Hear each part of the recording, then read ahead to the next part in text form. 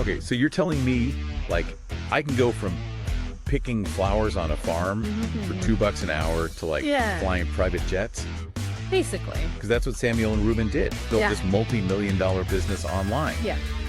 And it all started with them just trying to make ends meet. Let's dive into this, because their story has some serious, how is this even possible? Yeah.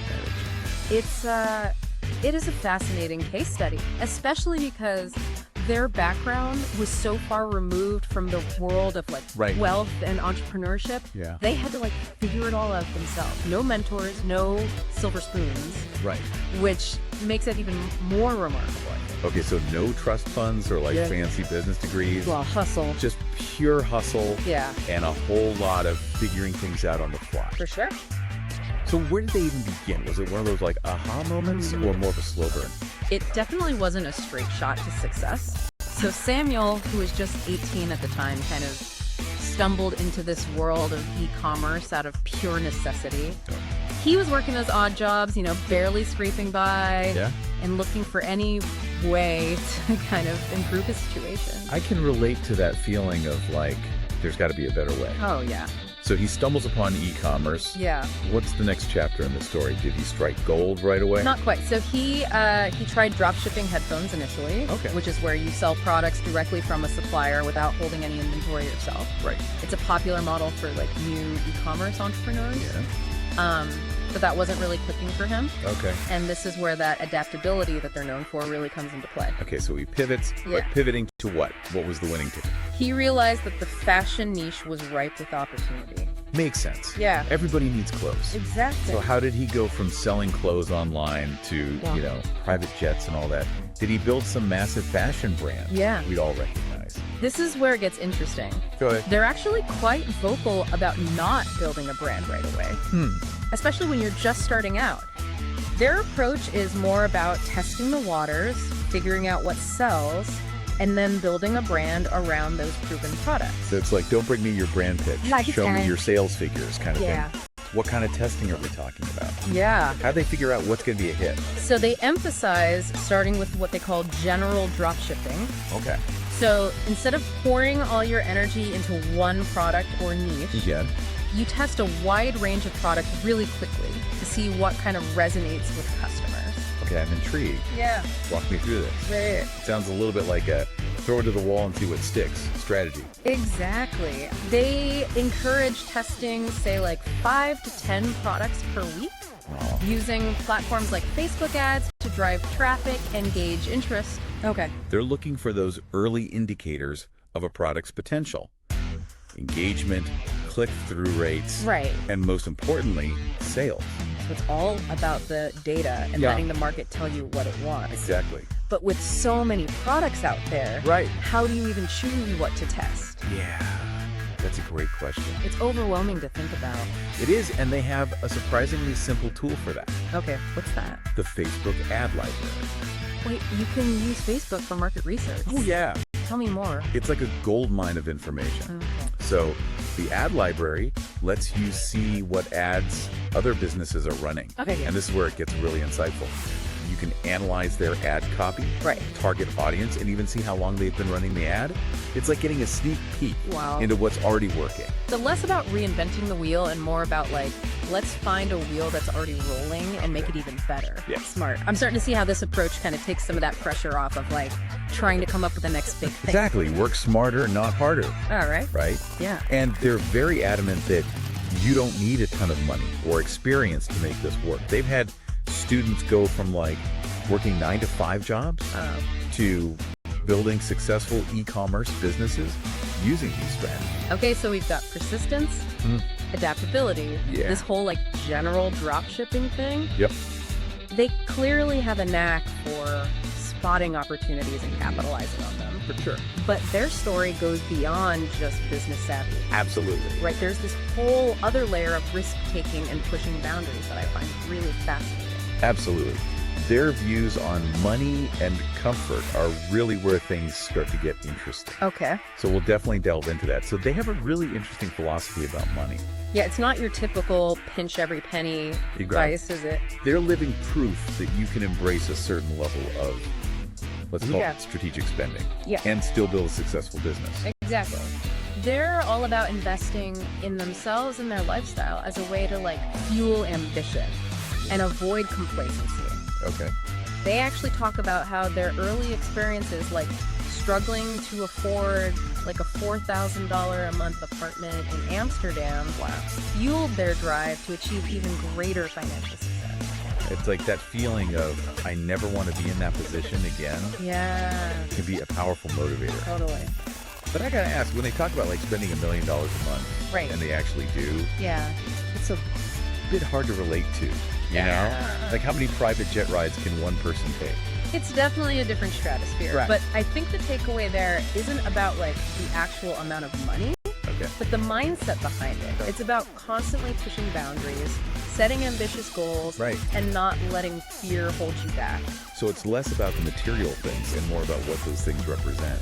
Yeah. Growth, ambition, pushing past your comfort zone. Precisely. And they talk about how discomfort is often a sign that you're on the right track, that Okay. you're pushing yourself beyond what's familiar and comfortable. Right. And that's where real growth happens. It's funny how that works, right? Yeah. We crave comfort and security, but then we hear stories like this. And it reminds us that sometimes you have to get a little uncomfortable Yeah, to achieve something extraordinary. totally. Okay, so we've got this like discomfort is fuel concept. What else can we add to our toolkit of Samuel and Reuben wisdom?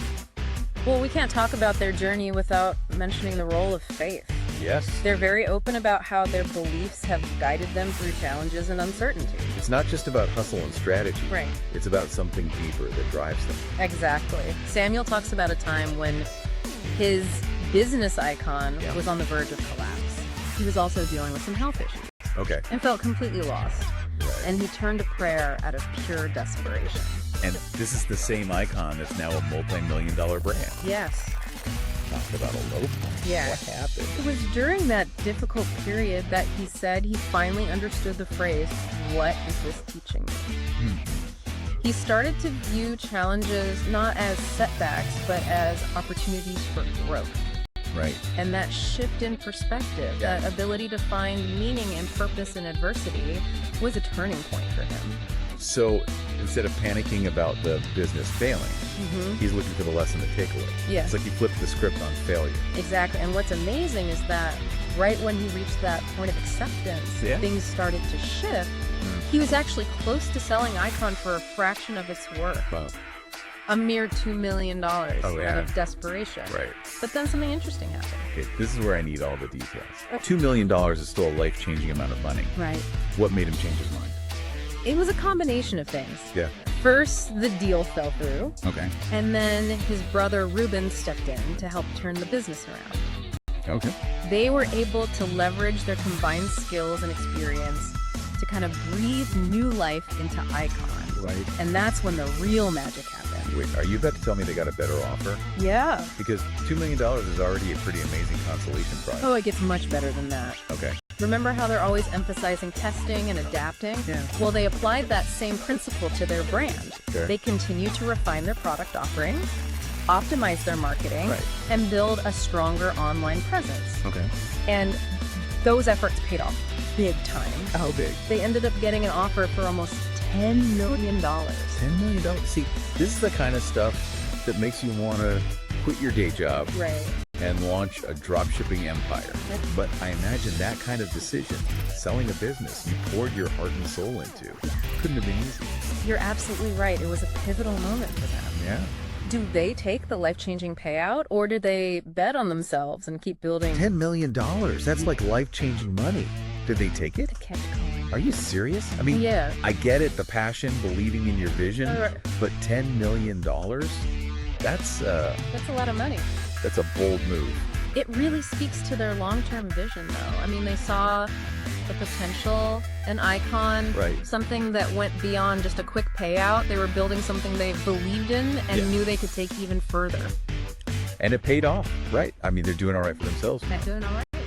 But I imagine that took a serious leap of faith, not just in themselves, Right. but also in their ability to kind of keep growing the business. Absolutely. Their story is a good reminder that sometimes the most rewarding path isn't always like the easy or the most obvious. There's something to be said for staying true to your vision, even when you're faced with some tempting alternatives. It's like that classic saying, like, no risk, no reward. Right. But they also make it clear that it's not just about taking any risk. Exactly. They're calculated, they're strategic, Yes. they're constantly testing and adapting. They're not advocating for reckless decisions. Right. They're all about putting in the work, learning from both the successes and the failures. Right. And always staying one step ahead. And they're not afraid to share what they've learned, Yeah. which is really cool. Yeah. Like, they could easily keep all these strategies to themselves, Totally. but they're out there teaching other people how to do this stuff too. That's one of the things I find most admirable about them. Yeah. They're so committed to empowering others to achieve financial freedom and like build their own dreams. Right. They often talk about how some of their most successful students started with little to no experience. Yeah. And now they're running these thriving online businesses. It's incredible. It's proof that with the right mindset, the right strategies, and a whole lot of hustle, A lot of hustle. anything is possible. For sure. They went from picking flowers to Wow. building an empire. I mean, Yeah. it's a real life It's wonderful. rags to riches story It is. that's both inspiring and a little bit mind-blowing. Absolutely. And it's a story that has so many layers to it. Yeah. Yes, there's the whole entrepreneurial aspect, the strategic brilliance, the risk-taking. Right. But there's also this underlying message of resilience, Yeah. of faith, of believing in yourself even when things get tough. It's that never give up attitude Yeah, that really resonates with me. absolutely. They faced their share of setbacks and doubts, But and they moments where it would have been so much easier to just walk away. Right. But they persevered, they learned from their mistakes, Yeah. and they came out stronger on the other side. And that's a powerful lesson we can all apply to our own lives, regardless of whether we're like aspiring entrepreneurs or just navigating the ups and downs of life. So as we kind of wrap up this deep dive into the world of Samuel and Reuben, Yeah. we're left with a question for you listening. If you had the chance to ask them just one question about their journey, Oh, what would it be? that's a good one. What burning question would you ask to unlock even more wisdom Right. from their incredible story? Think about it. Yeah. And maybe, just maybe, their story will inspire you to take a leap of faith, chase your own dreams. I love it. And who knows, maybe we'll be doing a deep dive on your success story someday.